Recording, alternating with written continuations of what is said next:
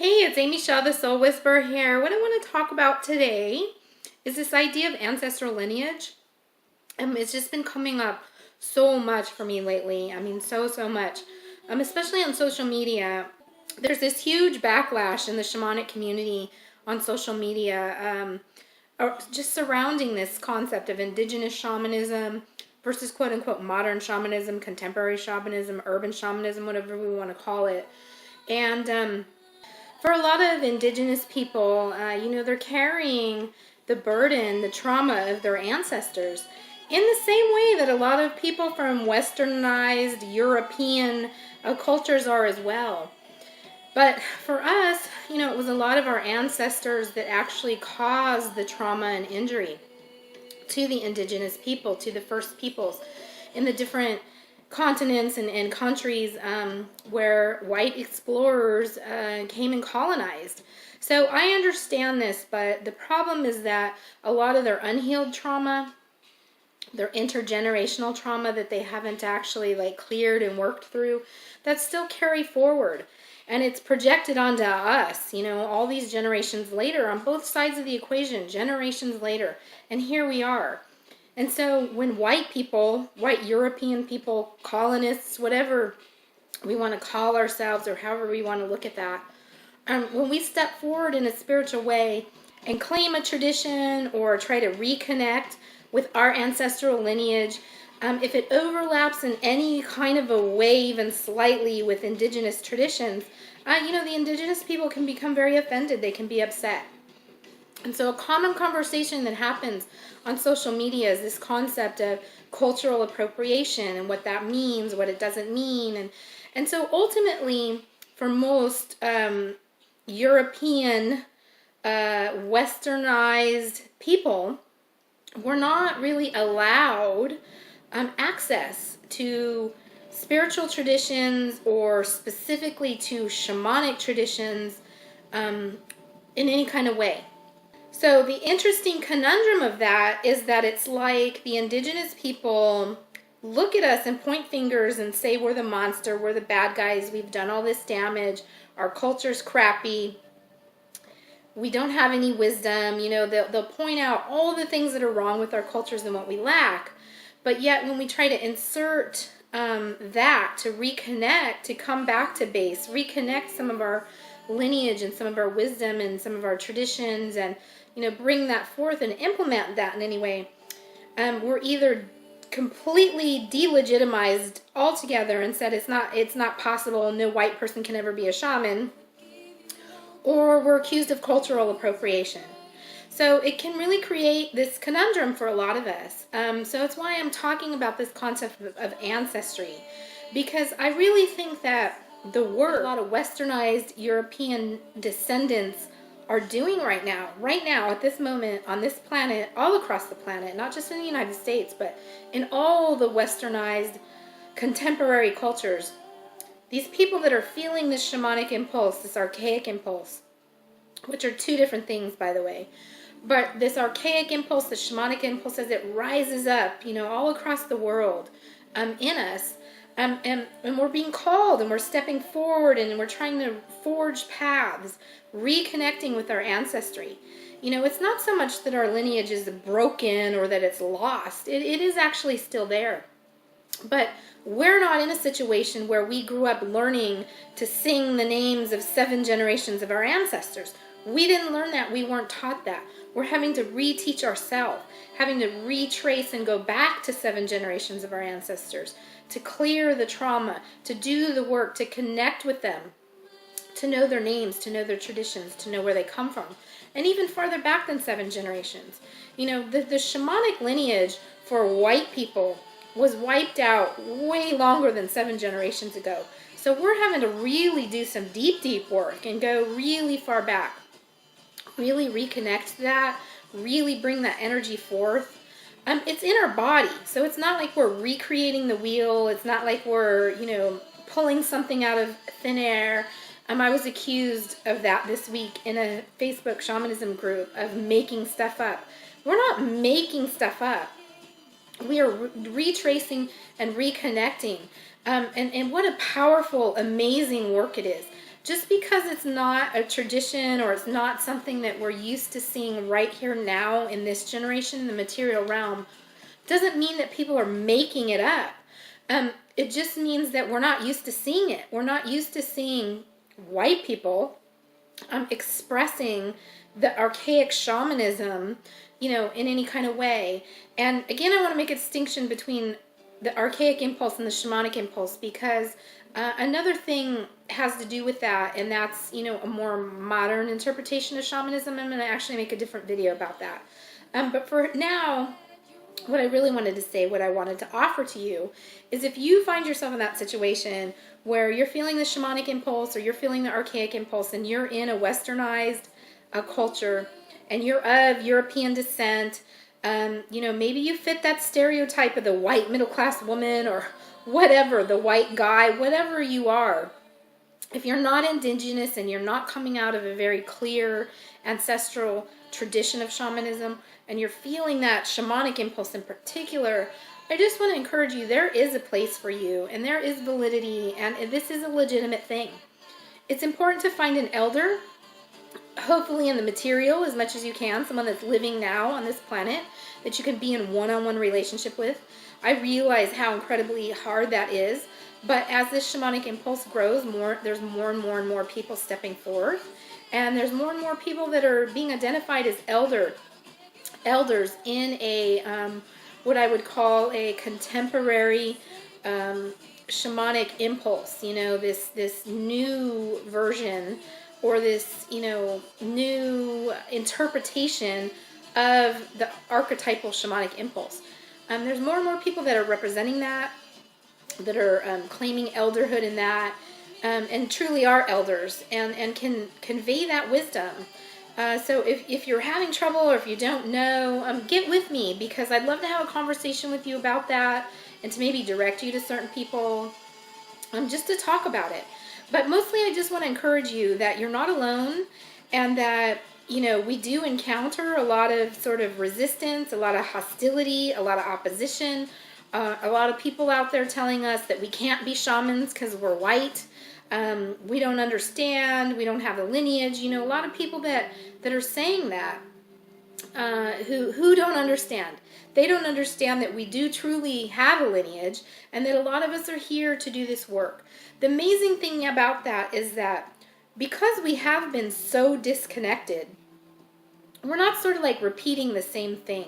When you're repeating like 7 generations of your ancestral tree, and there's people 7 generations before that are doing that, it's like the same thing is being perpetuated over and over and over and over. Yes, there is a wisdom in that. There's no doubt. I'm not criticizing it. I'm not putting it down.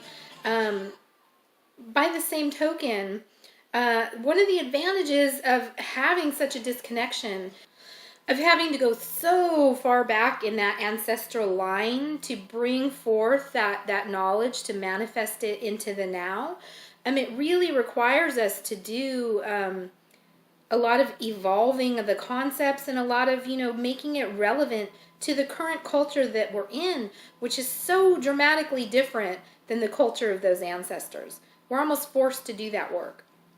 And so that doesn't necessarily make it a bad thing. That's another thing that I've really encountered a lot of resistance to, is this idea of evolving, of bringing shamanic practice into a modern world.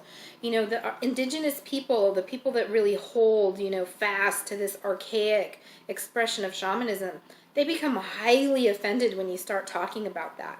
About evolving it, about, changing it, growing it, making it relevant to our culture today. They don't like that.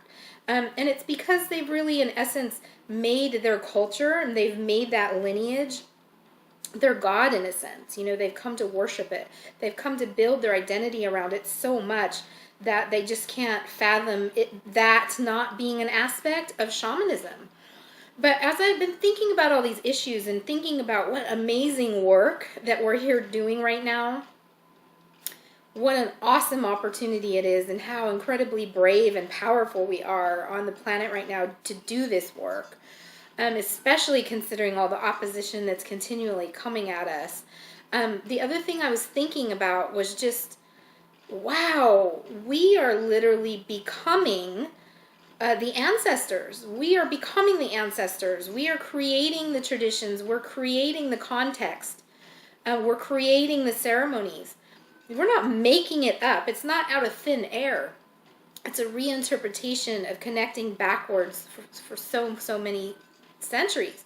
And as we really bring that forth and solidify that, it's our grandchildren and their grandchildren's generation that are going to be singing our names in their, songs of 7 generations. So that was what was really striking to me when thinking about this, that we literally are doing the work of bridging the ancient past with the current time, and we are becoming the ancestors of those down the line below us. And what an amazing opportunity, what an amazing responsibility, what an amazing honor. And I can't see it in the same way that a lot of indigenous people see it. I think it's a beautiful thing, a wonderful thing, and personally, as hard as it is for a lot of indigenous people to accept because they're coming from that place of wounding, but I personally believe that we are coming into a time in humanity, our consciousness is evolving, our politics is evolving, everything is evolving, and we're coming to this place in humanity as a whole, across the whole world, across the whole globe, of being more in unity. And I know that there's a lot of resistance to that, and that resistance is sort of keeping us in this very frenetic and locked in state. But progress is slowly being made, and there is going to come a time where this idea of culture and owning culture and cultural appropriation, and you're not in my group, and the color of your skin means you can't be in this group, and you can't practice this, and you can't do that. That time, thank God, is going to eventually come to an end. As we come to understand and evolve in our consciousness, that all these ego identifications around culture are unnecessary. And I know that sounds incredibly offensive to a lot of indigenous people, but this is the reality of it, that this is what we're moving towards, and I don't think that it's a bad thing. I actually think that it's a beautiful thing, that we can become more unified, that we can express who we are more from a soul level and less on the external sort of dictates of the geography we happen to be born within, the culture we happen to be born within, the color of our skin that dictates these things for us, and even our literal DNA, and what that means for us. I mean, eventually we're going to be able to rise above that, in a sense, and incarnate into a more soulfully expressive way of being. And we're seeing that. We're seeing the signs of that with all these struggles about transgender individuals and, non-binary identifications and, just all of that stuff is bringing forth these issues of people that are wanting to express themselves at a basic core soul level in a way that's different than, the material realm is sort of forcing on us. And I just don't fundamentally see that as a bad thing. And I think that shamanism is also sort of embroiled in this thing that's happening in our world, in our westernized cultures, but in our world as a whole, in understanding the cultural barriers and how that works. And so, when I say all of this is going away, and then I say, well, geez, we're going to be the ancestors that 7 generations from now they're singing about, I think that is more collective. I don't see it in the sense of, yes, my, European colonialist great grandchildren 7 generations from now are going to be singing my name. I'm thinking of it more in terms of collectively, that we are actually the bridge builders, not just actually between our broken lineages, but also between current lineages and past lineages across cultural lines. That's definitely my goal. It's to find a place of unity and it's why I prefer archetypal shamanism, because if you're not looking at shamanism from an archetypal lens, then you're looking at it from a very stereotypical lens. And stereotypes are the things of politics. That's what politics is based on. It's what the foundation of it is 100% stereotypes. And so, to me, there's no place for politics in shamanism. I would like to promote and encourage people to move away from a stereotypical cultural view of shamanism into an archetypal view of shamanism. And I don't fundamentally see that as weakening shamanism. I see it as strengthening shamanism, because it's recognizing the shamanic impulse as a human impulse, irregardless of what generation, of what culture, of where you are in that path, whether your grandfather was a shaman or not. You know, for a lot of us, westernized European people, whatever specific culture that is, you know, it doesn't necessarily have to be the United States. You know, it could be some parts of Canada, it can be definitely different countries in Europe, it can be Australia. So I just want to encourage you in that today. If you're feeling particularly frustrated, if you're feeling a little bit down, if you're, you know, discouraged, if you've encountered a lot of this attack out on social media, I just want to encourage you today. You're here and you're doing amazing, amazing work, powerful, paradigm altering work.